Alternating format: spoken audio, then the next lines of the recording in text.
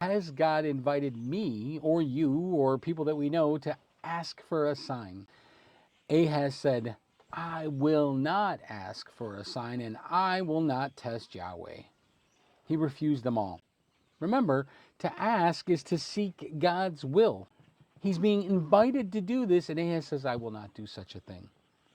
Ahaz is a wicked and idolatrous king of Judah, and he is saying, I will not seek God's will. So when he says this, it's not just, I will not ask. He's literally saying, I will not seek the Lord's will. I will not consult him for guidance, and I do not want his involvement in the situation at hand.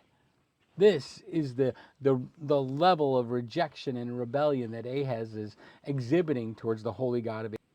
So when he does this, I want you to know when God says an invitation to Ahaz to ask for a sign, this isn't an option. This is a commandment.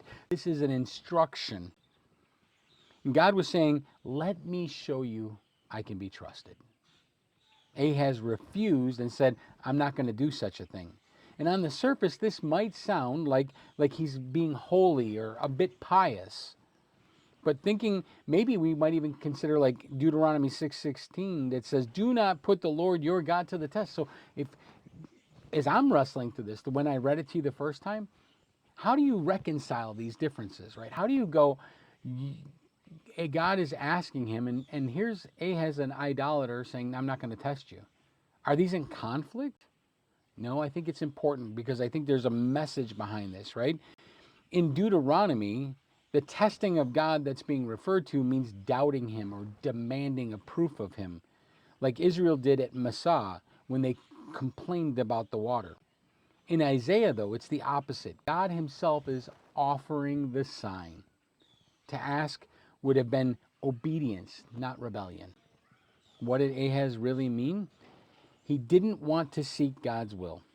He didn't want God's involvement in his plans because he already was looking to Assyria for help, and he was using God's word as an excuse to cover up for unbelief. See, Ahaz sounded spiritual, but he was really just being stubborn. He didn't want God's answer, so he pretended to be holy.